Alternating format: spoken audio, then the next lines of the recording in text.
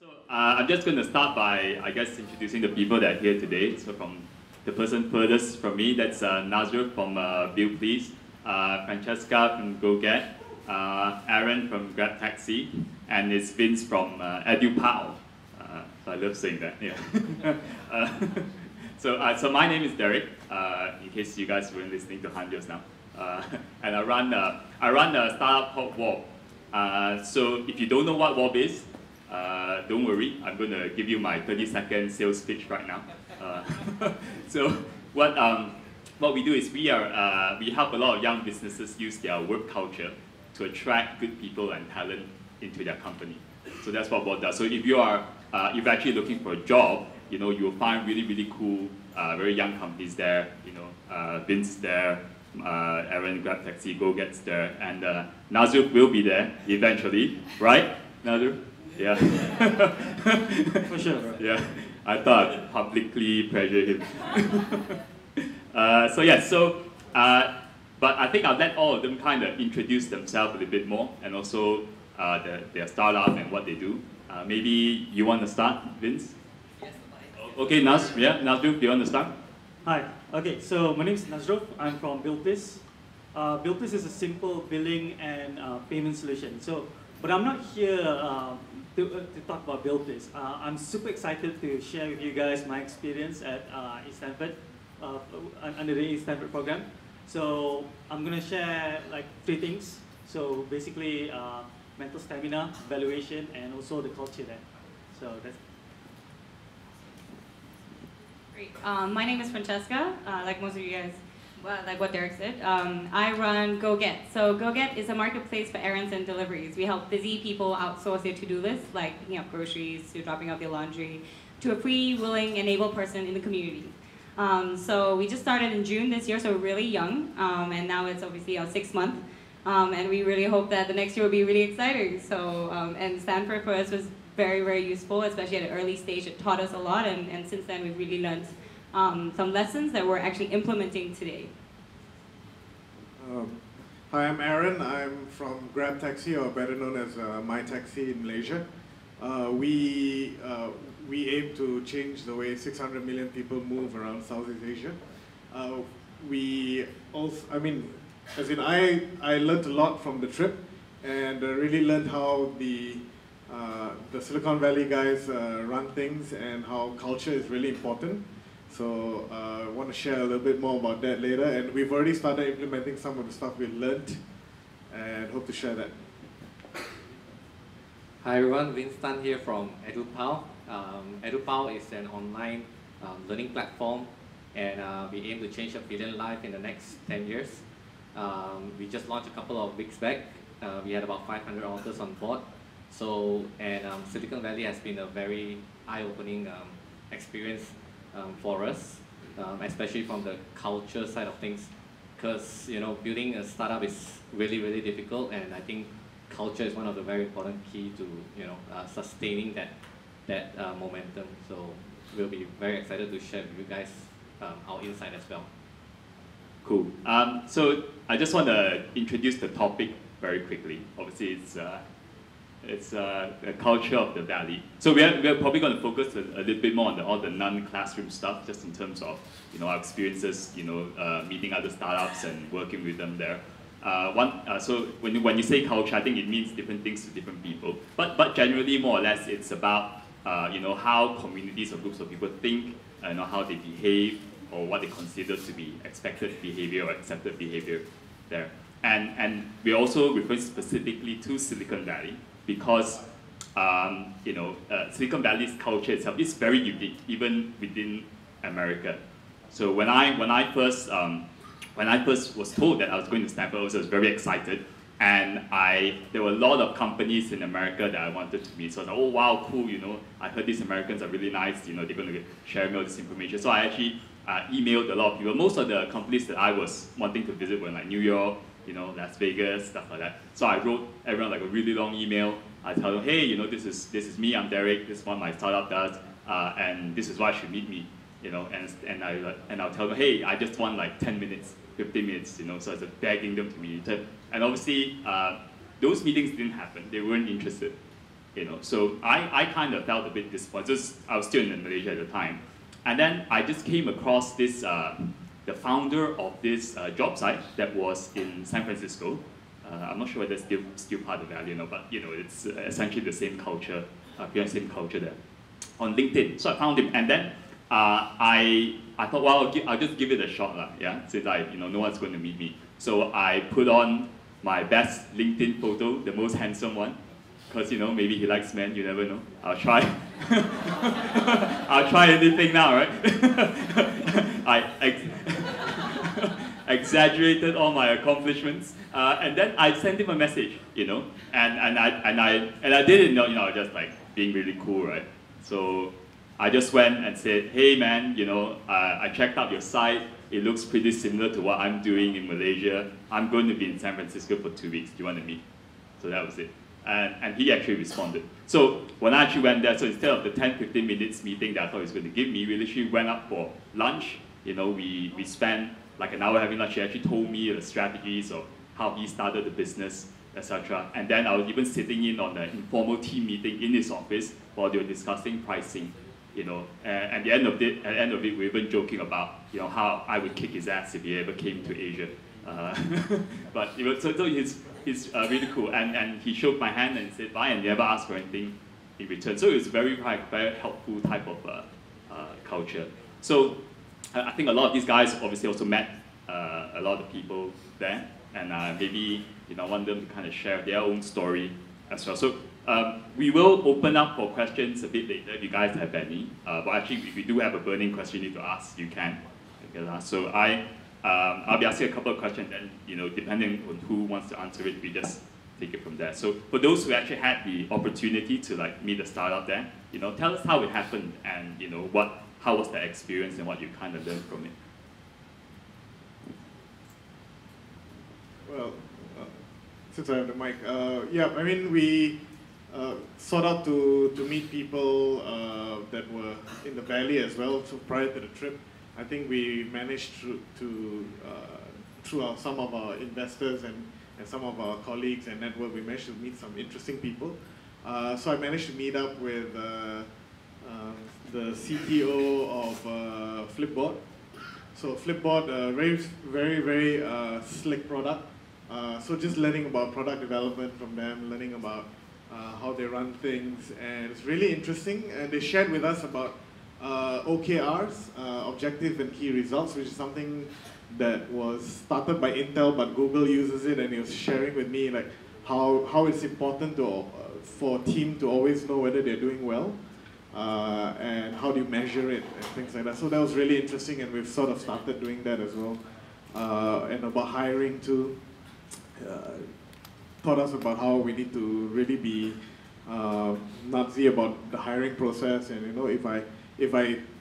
if our resume flow is about 180 and we only 500 people and we only hire 2 people, that means I need to go out and we always have to optimize. So everything needs to be optimized in America, apparently.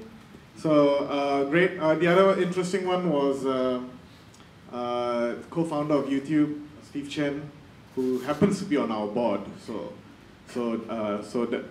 he was obviously accomplished. He sold YouTube to Google.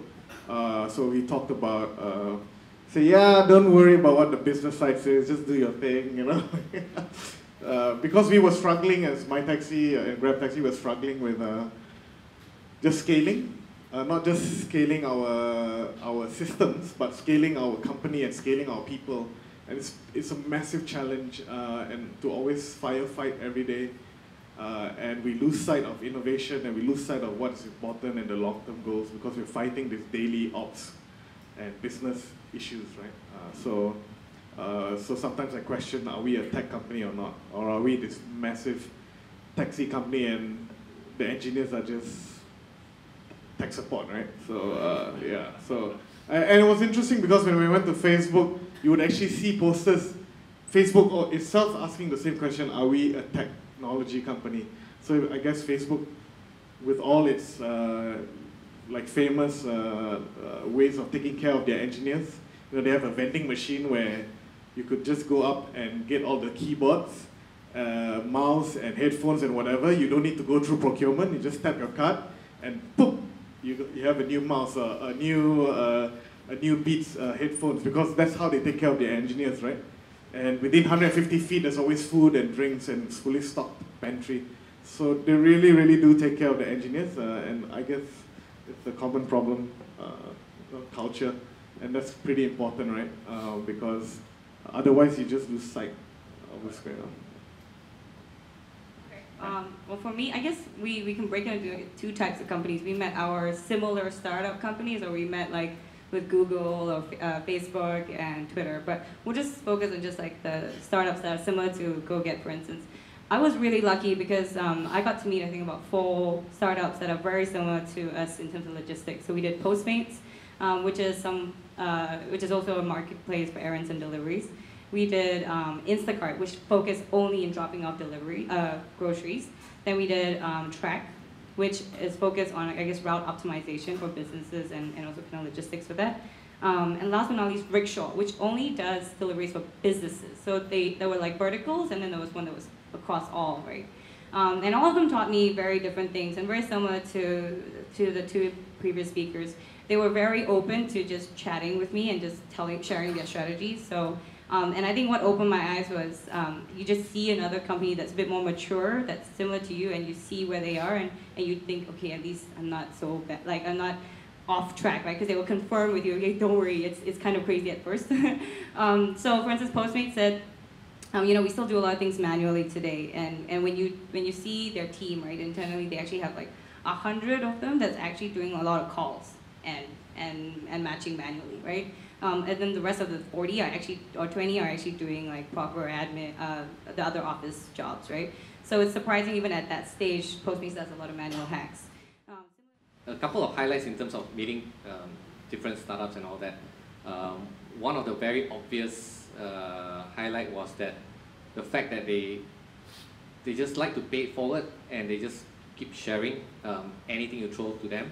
So there was one particular meeting which was arranged like just few hours before with this guy called Cliff Michael, who is a New York Times bestseller and happens to be in Los Angeles. We were in San Francisco. He was supposed to come over to San Francisco, but last minute couldn't make it. And he said if anybody who can fly over there, he'll be happy to host them. So me and another friend in San Francisco, the program, at 3 a.m. decided that we want to fly over to LA. And then we booked the flight at 9 o'clock, like 6 hours after we confirmed with him. And then we flew in at night at 8 o'clock. He personally picked us up, drove us for supper, and then prepared the room for us to stay at his place, and then immediately asked us like, okay, so we've got about 12 hours. What do you need? Who do you want to meet? Who do you want to connect with? Tell me all the names. I'll connect you to any one of them, anyone that I know. And if I don't know, I'll make sure I'll find someone who knows that person as well.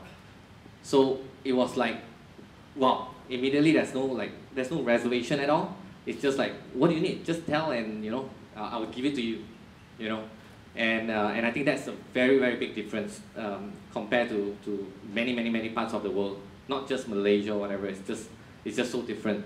And I think that's one of the key difference that differentiate Silicon Valley and the rest of the world. I'm going to ask the question. It's a bit unplanned, but obviously we all know that they're all very willing to share and all that, right? But I guess in your opinion, why do you think that is? Why wouldn't they be worried that you would take their idea? Or I guess that's what's the main concern why people don't share, right? Because I can't imagine sitting next to my competitor here in Malaysia and then actually discussing like trade secrets, or does it really happen? Well, I guess in terms of in a country that is so much more ahead of us in terms of the overall, and being such a developed country, I think the mindset itself over time has evolved. I believe they were once where we are at as well, where we are afraid of sharing, where we think that opportunity is not abundance, and then over time they realize that's not true, and then they started to be a bit more open and more open. So I think it's just an evolution that they came to a point that well, they find that opportunities everywhere, and chances of people trying to duplicate is, it will happen, but not as what we perceive, So over here, we are probably like where they are 10, 15 years ago, or maybe more, I don't know. So I think that's the thing, So maybe in a way you could interpret this message as like, the bad news is that maybe it takes about another 10 more years before our mindset gets there. But I think, it always starts from things like this that, open up to us and say that, hey, you know what, we should be sharing more, and at the end everybody wins, rather than just keep it to yourself and, everybody lose. So that's my thought. Yeah. I guess I would say a little bit different, which was, let's not get confused with competitor sharing, because I'm sure Lyft and Uber don't sit next to each other and go, hey, what's up, buddy? How do you do it? Right? So I think that's separate. So whether in general, like, are we like open to each other? I guess you are right in the sense we are less mature, but I would really beg to differ, because maybe I'm much younger than most people here in terms of entering the startup community. I used to be a management consultant, so this was definitely a space that I just didn't know anything about. And when I entered 6 months ago, I can definitely say a lot in Malaysia, a lot of people have opened up doors to me without asking for anything here, right? People say, yeah, sure, I'll put you in contact with this person. Or like, for instance, our second, where we are now was because we first met someone over in a cafe that then pointed me for a dinner, that then showed me to someone who eventually made me do a project with INTI students, and now I'm rolling out in INTI campus to roll out for student go-getters. But that was literally from a cafe to a dinner and then to a coffee, and then it went on to doing something like that. So I feel Malaysia has a lot of potential as long as you ask the right questions and you just treat people well, and you just have good intentions and you don't treat people in a negative way. I think we have a lot of potential of paying it forward as well. So another quick trivia, before we enter into Facebook, we need to sign NDA. So they are not that open. Okay? So I guess the thing is, you have to have a clear boundary of what to share and what not to share. So as a CEO of BuildPlace, I'm super competitive if you are against me. It's a zero-sum game, especially in terms of funding. It's either me or you. That's it. It's as simple as that. So, but having said that, I love to be a punching bag if you have ideas to share. Like, you can just email me on my on our main page of buildplace.com. It's my mobile number. Like, my customer, my billers, my merchants can just ping me anytime. Even I have startups asking me questions how to get grants, especially Cradle. So I'm willing to share those informations. But having said that, when it comes to BuildPlace, I'm super active of it. So yeah, I guess you just need to know what to share and what not to share. And it's the same in Silicon Valley. Anything to add there? No, I think they said it all, right? Yeah, but definitely we do see, it's definitely competitors aren't going to share, but there is a culture of paying it forward. And I think this is our way of paying it forward as well from us. And hopefully, yeah, I think we need to build an ecosystem. And it takes everyone, right? It's not just the entrepreneurs, it's everyone, right? So, yeah, hopefully there will be people like super protective and like, oh, my idea is super awesome. If I tell you, you just build it the next day and take away all my business. Then that guy's not going to go very far because he's not going to learn, he's not going to make mistakes. He's not going to learn from his mistakes, so basically. You can't do everything alone, basically, you need help. Cool. Did any one of you receive any direct mentorship from a seasoned entrepreneur there that may or may not be related to your business, but they've been in the game for a long time and actually went through your business plan, etc., just to help you out?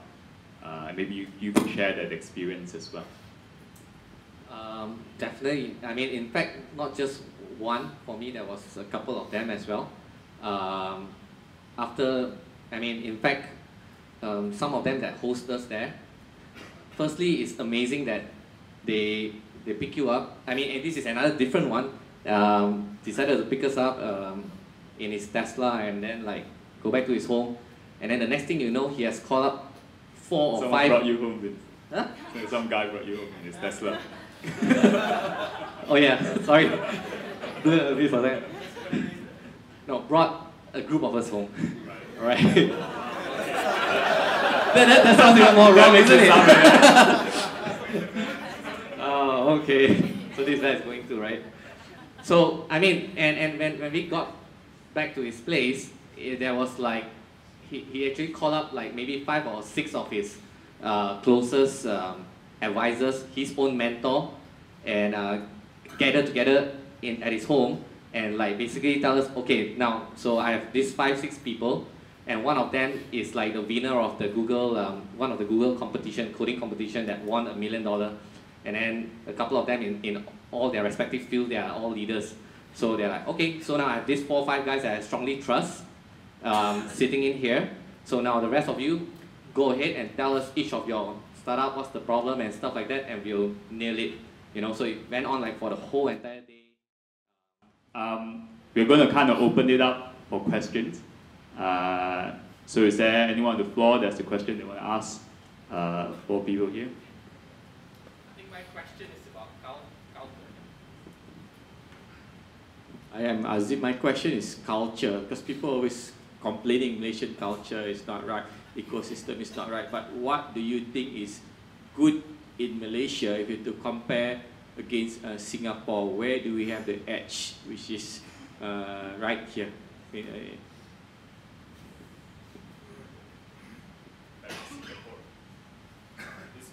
Yes, a very specific Singapore, because what's happening is that any Singaporeans here?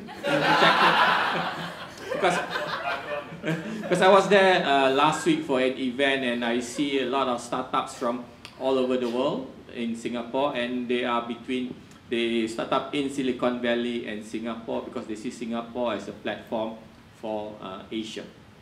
So what's your view of that? Thank you for good advice. So, I will answer yours, guys. well, I can answer. Don't worry. I'll try my best. I think yes, Singapore is a financial capital, so a lot of the money is there.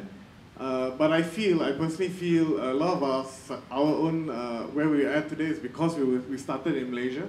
Malaysia is in a unique position where it's a great launchpad into the region because we are like neither developed nor underdeveloped. So that means when we build things, it's something that someone in Jakarta can use or someone in Phnom Penh can use. Because if you were to build something for Singapore, you're technically building a product which is for a more developed market. So simple things like, I mean, we're an app, right? So simple things like the app has to be lightweight enough so that it loads on 2.5G networks and things like that, right? I mean, if you're building in Singapore, you're like, oh, I'll put everything, like, you automatically assume that everything is high-speed broadband and blah, blah, blah, right? The other thing is, well, access to talent, well, that's debatable, but but I think there's good talent here. And if you think back and you look at what are the past successful startups or tech companies, it's actually all been coming out of Malaysia. If you think about it, you've got your JobStreet, you've got your MOL, hopefully MyTaxi, and you know whoever else is coming from here. I mean, yeah, I mean.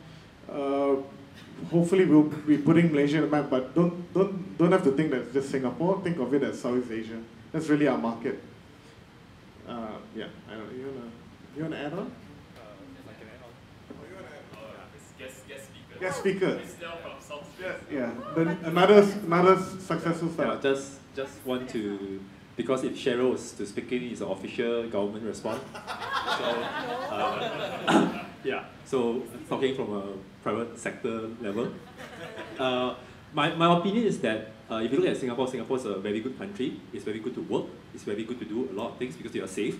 But can you tell me what other countries in Southeast Asia is the same? Literally not most of it is different, right? So Jakarta has its own problems.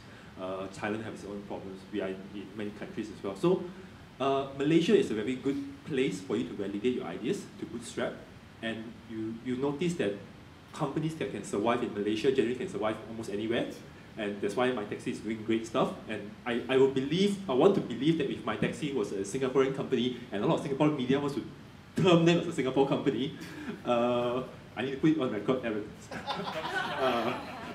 I guess if they started here, because they deal with taxi drivers, and you know Malaysian taxi drivers are the most difficult people to deal with. No taxi drivers here, I guess.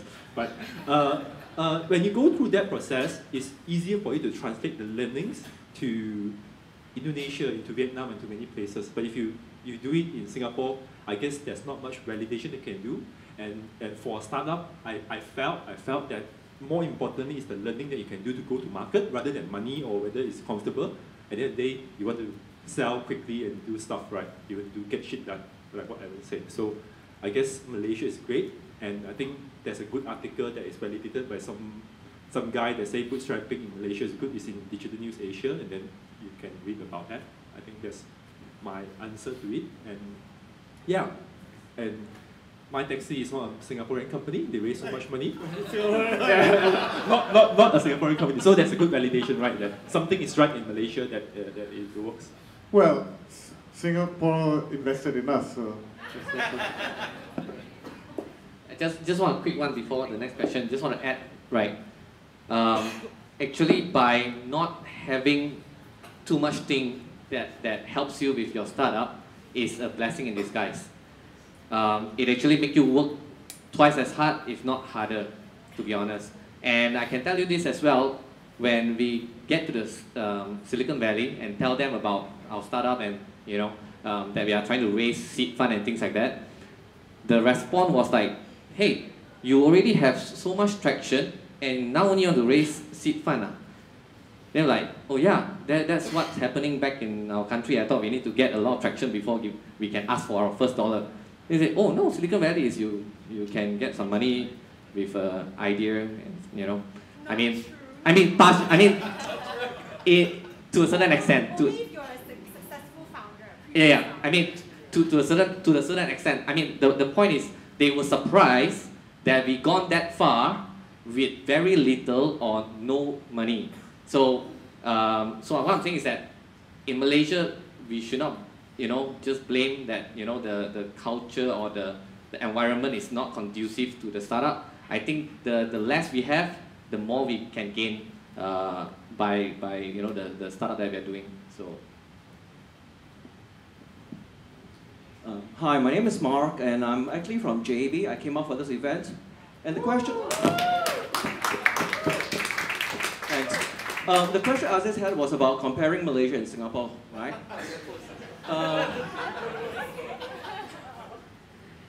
I actually do quite a bit of stuff with Singapore, with NUS in fact. I actually have some stuff that I do with NUS. And I'm in the midst of actually applying for a grant through Singapore Management University to help the Singapore government improve its digital cluster. So here's my observation about Malaysian startups versus Singapore startups. More so about the people. I think you hear the typical thing about Singaporeans is that they tend to be kiasu, right? Do I need to explain what that term means? Okay, so you understand what the term means, right? Number one, they are very kiasu. It's very much a sense of what is mine, what is yours, I want to get to some extent. Okay, very kiasu. Unfortunately, in JB, we sort of get that because we're next to Singapore all the time. Huh? Oh, okay. Thank you. But when it comes to talent, Malaysians are just as good as Singaporeans. Keep that in mind. A lot of the doctors in Singapore are Malaysians. The number I've heard is that 30 to 40% of the doctors in Singapore are Malaysians. There are really some good people there. The other thing to keep in mind is that in the past, the Singapore government has been very, very supportive of entrepreneurship, to the point that you get entrepreneurs who are not in it for the passion, they're in it for the grants. There's a lot of money for grants in Singapore. To some extent, I've heard the term grantpreneurs. They're looking for grants, right? Because there's so much money. In fact, I actually got some money from the Singapore government. It was actually quite easy, by the way. Nothing to the extent of that, by the way, so that, whatever that number was. He's kind of shy to talk about it. But the reality is, we may be on different development stages for startup ecosystem in Malaysia. That's okay. We're still getting into this game, essentially. It's a big game, global game that we are playing, right? You got Silicon Valley way ahead of everyone else. That's okay. We are learning, we are picking on spots where we can compete. That's good. Singapore is focusing to some extent on financial tech services, financial technology entrepreneurship from what I've seen in the recent past, within the past few months to some extent. So that's okay. You get some really smart people in Singapore. We have those in Malaysia. We have 6 times the number of population. Malaysia has a population of about 30 million. Singapore has 5. Hopefully that means we've got 6 times the number of talented people relative to Singapore. They got lots of money, that's okay. You shouldn't worry about money. Money will go to where the good talent is, and ideas are also for that matter. Comparing is not very helpful. You gotta do what you're good at best. Fight your way, claw your way, ask questions, be proactive. In his case, jump on a plane to LA, within 6 hours essentially. Gotta do what's the right thing for Malaysia. Actually, I told the same thing to Zahid when I met him in New York City. Do the right thing. With a political statement there, that's okay. Gotta do the right thing. Don't compare. Totally useless. No point comparing to Singapore because they are so far ahead of us in many things. Doesn't matter. Do what's right for Malaysia. Do the right thing for entrepreneurship in Malaysia. So, okay? Just a quick one. In terms of talent, right? How many of you here knows about Spotify? Spotify. Do you know that the person that made Spotify popular and developed it in the entire world is a Malaysian? All right? Okay, how many of you heard of Apple Pay? Apple Pay? Do you know that the designer for Apple Pay is a Malaysian? He's the vice president of JP Morgan. Think about it. What's that? Architect of Yahoo. Oh yeah, the architect of Yahoo is a Malaysian as well. So we are pretty awesome actually. Anyone else have a question?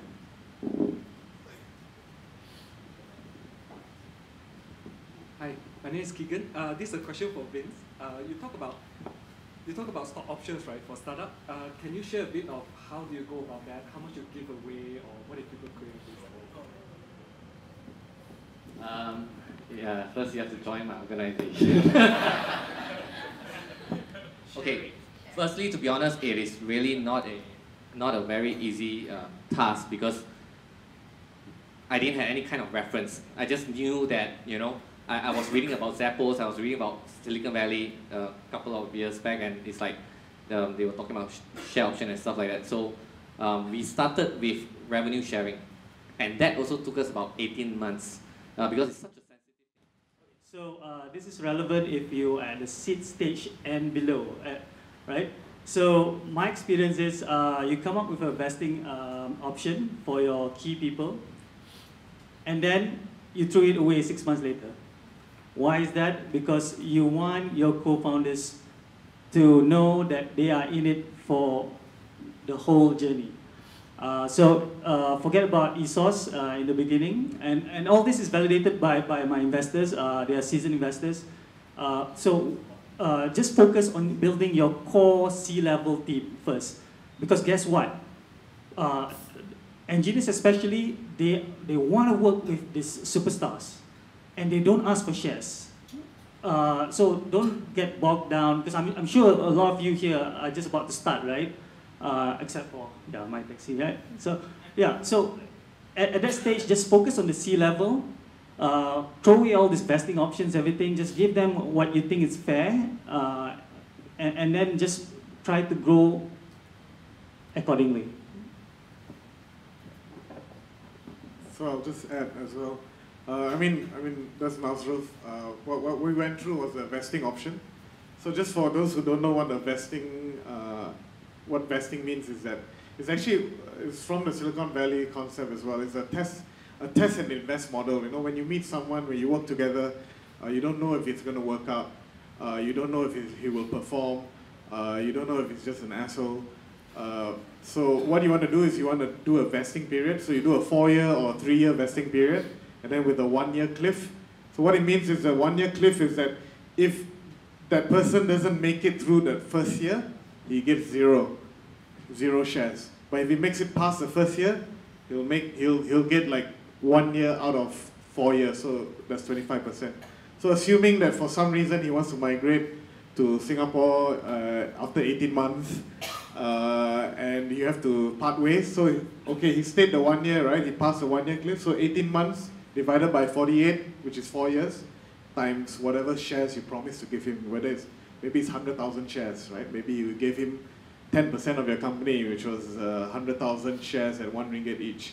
So that's how it works, you know, and that's how it's tried and tested. Basically, it means that you test this guy or girl, you invest in him, he or she is also testing you as well, as a founder. Now what's interesting in Silicon Valley is that the founders go through a vesting period as well. They encourage the founders to vest. Meaning if the founder, you know, by right should have a lot of shares, right? But if he doesn't stay for the 4 years or whatever, he himself doesn't get all the shares. So that's even more uncanny, but some companies and some startups in Silicon Valley practices that as well. And it's very, very important that every time you raise money, you then expand your share option pool, your ESOS pool, or whatever you want to call it, right? So because what it means is that you need to bring in talent. And great talent, like you said, don't work for money, right? They work for a greater goal. Yes, you need to pay them some money. Don't buy them paint all the time. You need to give them some money as well. They need to feed family. But what it means is that, you know, this guy who would normally cost 25 grand, you know, you could just get away with paying him 10,000 ringgit or 5,000 ringgit, but you give him shares, right? You give him shares because that's what he's working for. He's working that, you know, in 3 or 4 years' time, this is going to go somewhere. And the options don't really mean much unless you actually get somewhere. So it's very important that everyone works together, works really hard to turn that share that used to cost 1 ringgit into something that costs 100 ringgit, right? And that's really what it's all about, really.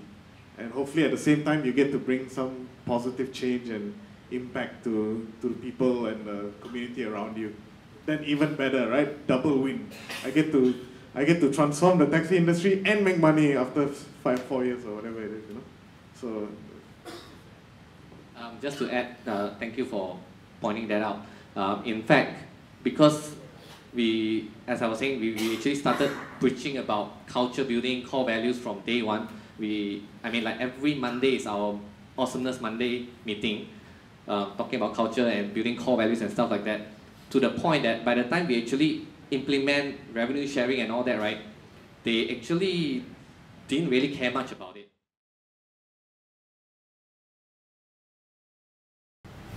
Like I said earlier, I'm willing to be a punching bag. Like, I'm willing to take all your ideas in and we can bounce on it. I'm not a mentor. I don't have that experience, but what I do have, it's common sense. So yeah, if it's a shitty idea, it's a shitty idea, right? And then we can build on that, right?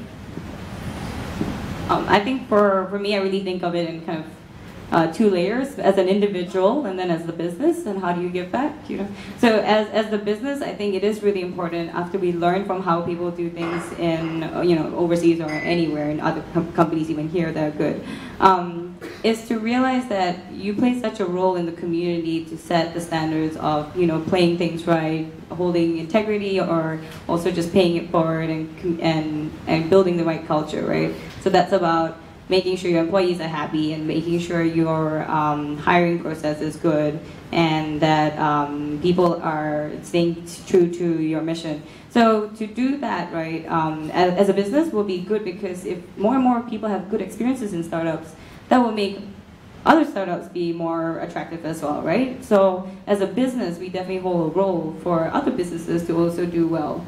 Because if we take the startup experience. Everyone's like, oh, I don't want to go into a startup. That person went there, and it's a different startup, but it was a horrible experience, and I'm never going to consider that. It's too risky.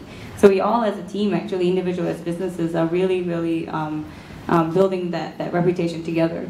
And then on an individual level, I think it's just important to always, like you said, just be very open and sharing our contacts. So if anyone says, hey, I need to find someone in this vertical or in this industry, could you point me to that?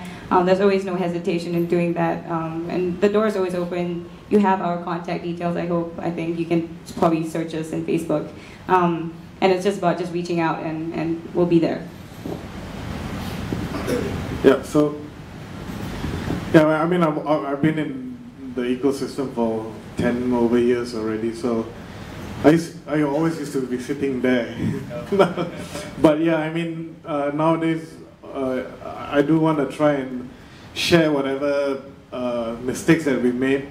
You know, MaTaxi is actually my 4th startup.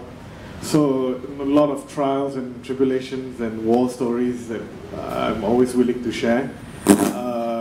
And yeah, I'm always, when I'm around and contactable, I'm always available online as well. I think that's the easiest for me, is that, you know, online. I've recently signed up to be a mentor on Cradle, so officially a mentor, and mentoring one of our, hopefully helping out. I don't want to call him mentor, it's just like, makes me feel old.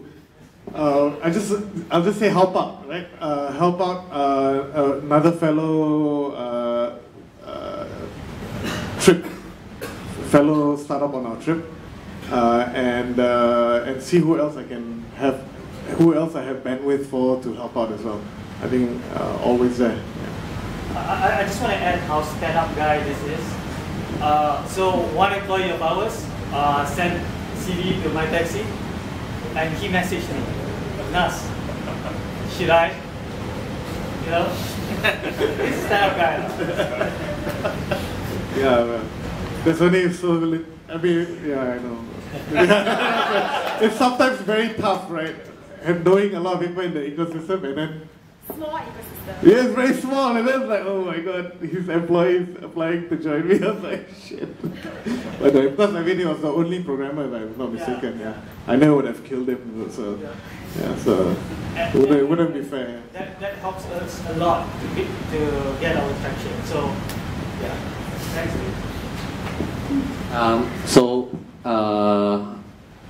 So far when I get back, so far I've helped about 3 startups in part of our Stanford program.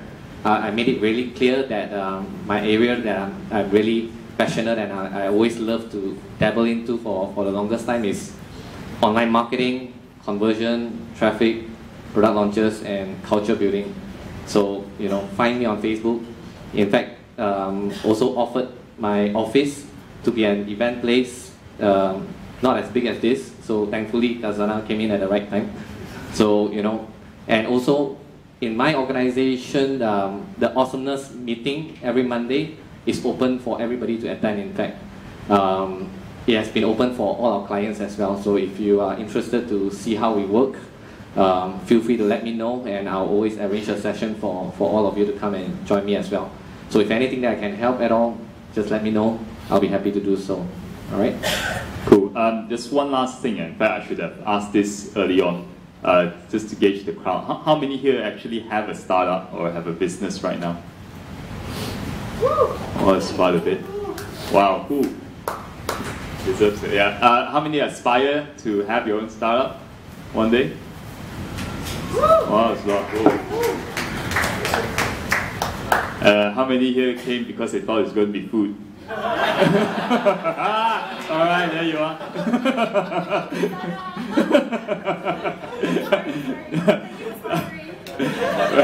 Okay, cool. Well, looks like everyone here either has a startup or wants to have one day. So maybe I can just ask one last question to all of you. You know, what are the things do you think that they can do to kind of come together and succeed or keep that going as a community?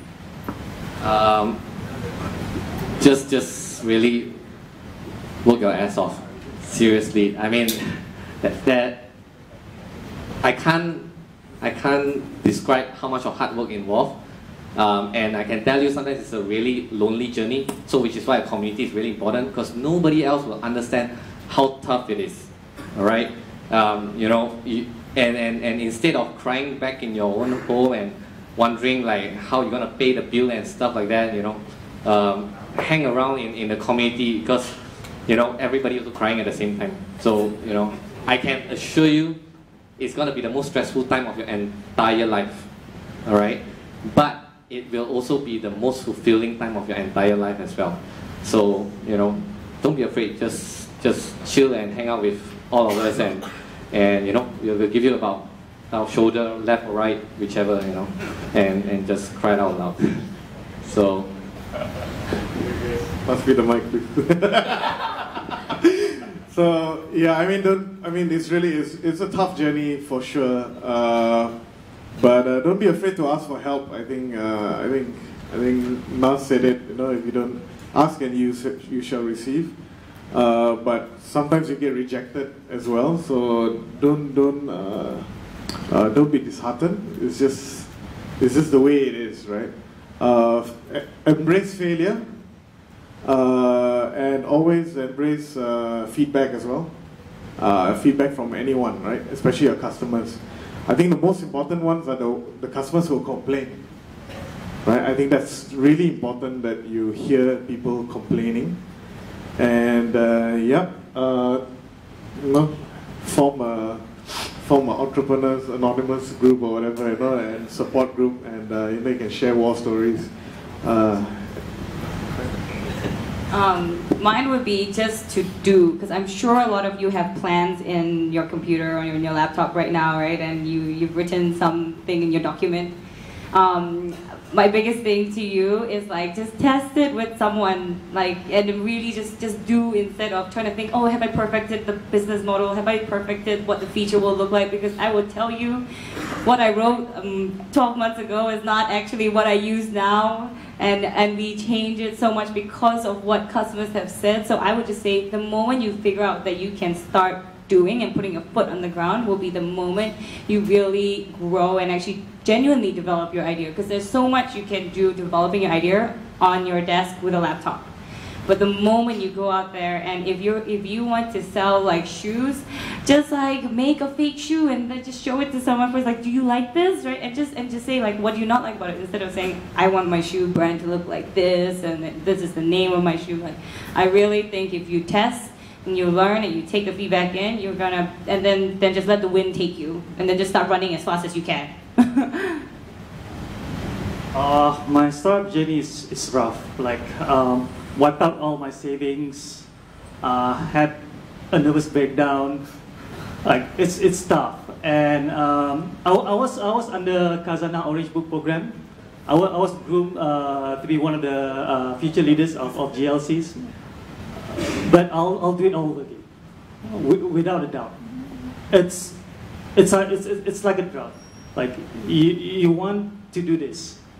It's either you want to do this or you don't. That's it. Sorry, just one little bit thing left. I always like to share this. In case you're wondering, like, when we say tough is how tough, right? I just share what I know so far is that I raised triplets over the last 2 years while having 2 startups. And one of it is EduPao, as you know, is an education online learning portal where authors come and publish their course, right?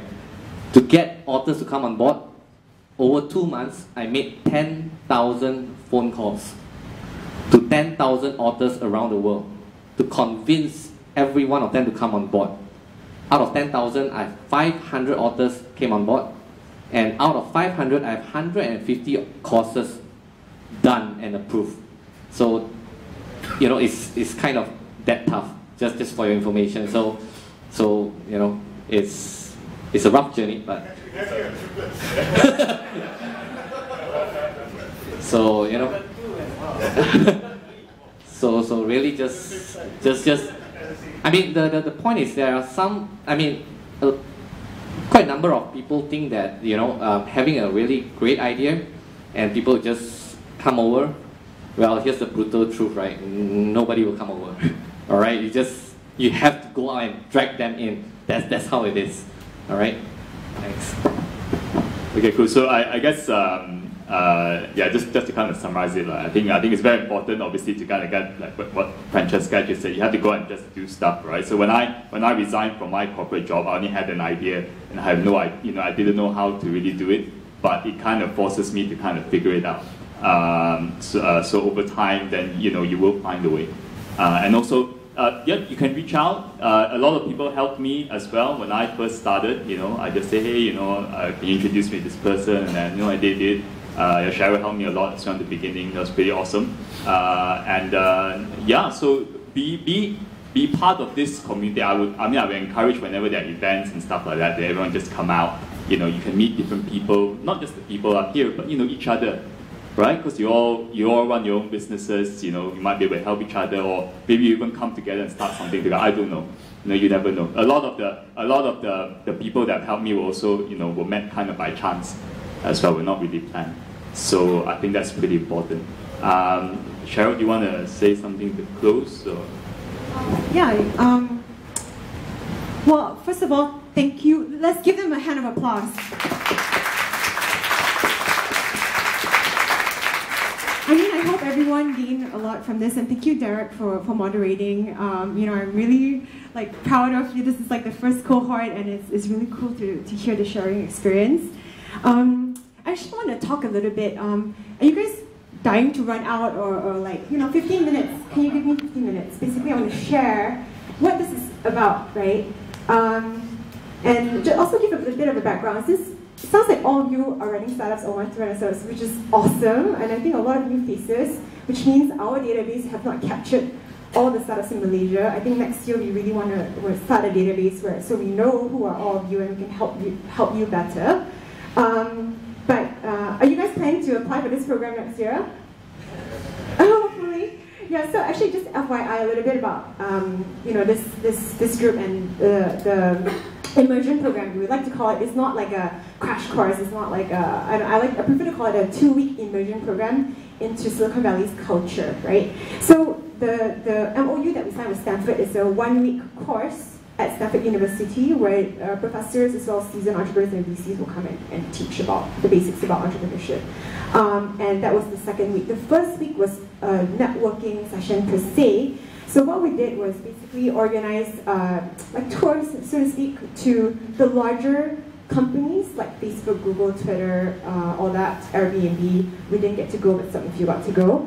That are startups, were startups that became really successful tech companies, right? But we also brought them to smaller startups that maybe just raised $1 million or $2 million, or maybe even seed stage startups, so that they can actually talk to the founders of these companies and ask questions. And they were all optional. They were actually all optional because I don't believe in you're not in school anymore. So you don't need to go to every session. You pick what sessions interest you and where you think you can get the most value. And the other times you can reach out to founders that you want to meet. So you heard a lot of them met up with so and so. And so in case you're wondering, so it's a mixture of. I told them, well, you're going on a trip. We are sponsoring the trip. Take this opportunity to reach out, right? Look at my LinkedIn and see who I'm connected to in Silicon Valley or New York, because you can fly to LA or New York from the Valley, and see who are your comparable companies, your competitors, so to speak, in the US or whatnot, and then or reach out to your friends in Silicon Valley and ask them to introduce you to set up these meetings. So I've done some introductions for them, but they have also co-called, co-email, co-LinkedIn some people.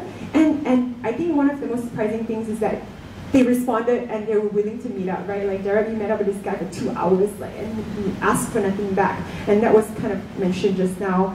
One guy, Ganesh, he's not here today, he might share another time. He reached out to he emailed 200 Stanford professors because he was building a water filtration system in Sabah Sarawak. It's a social enterprise. And 40 professors replied to his email, 20 agreed to meet up, and 2 became his board of advisor. It was amazing. So I hope he gets to share. So my point is that it's not about MaGIC coming and hand-holding you, here, go do this, go do that. Being an entrepreneur is not about that. You have to hustle, you have to take the initiative, you have to reach out, right? And before we went, we had a briefing session, and this was the kind of stuff that we wanted them to initiate. So of course there were entrepreneurs who went on a trip who did not ask for introductions, did not meet other companies, but a lot of them did, right? And I was hoping they would figure out on their own, because you have to find that entrepreneurial spirit in you, and you will succeed if you hustle your way through, right? So that's a little bit about that program. And then of course we had a lot of Malaysians in Silicon Valley, and a lot of people who are maybe not Malaysians. Like Steve Seah was the guy who took him home in his Tesla. He spent, I think, 20 years in Malaysia working with various GLCs actually, mentoring startups, and then he went back to Silicon Valley.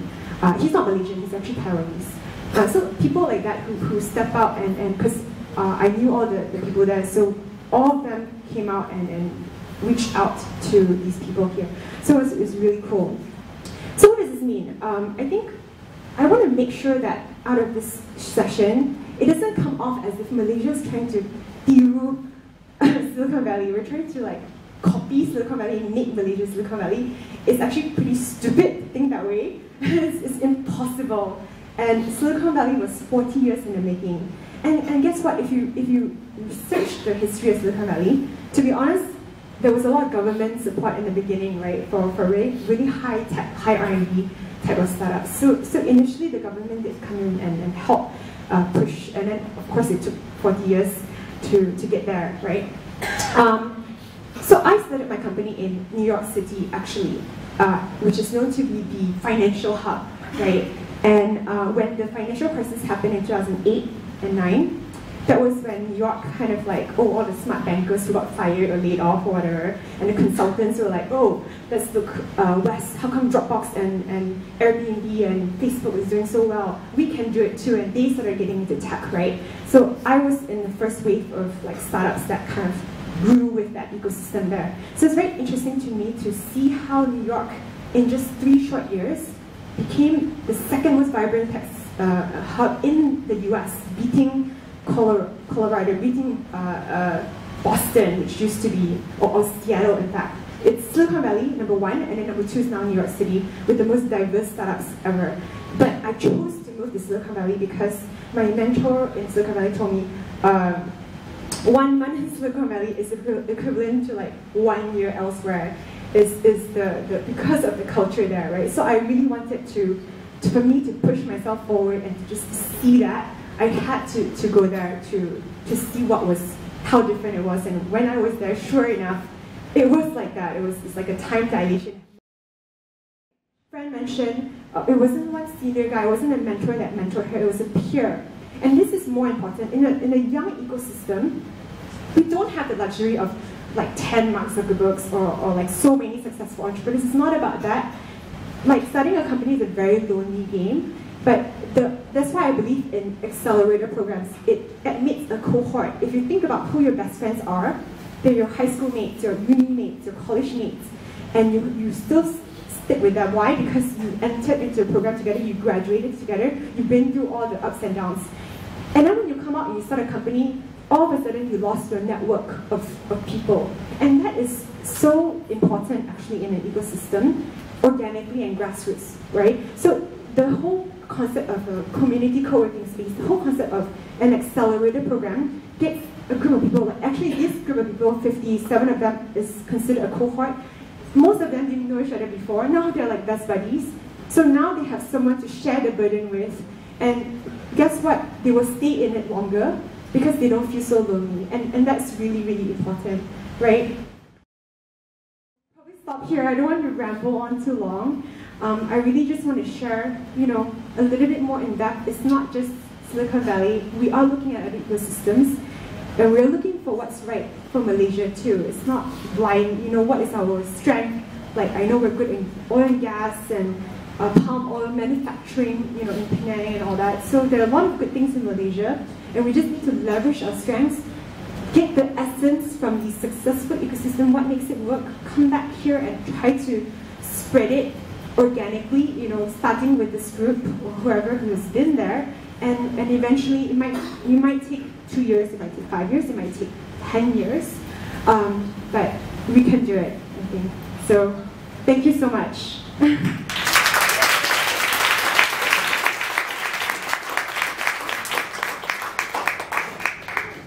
Right, I think so. That's the end of the session, and I mean, you could meet some of them if you want. Thanks very much, guys.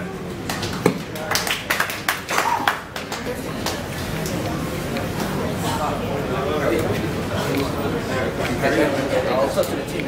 Yeah, let me know. Yeah, thanks.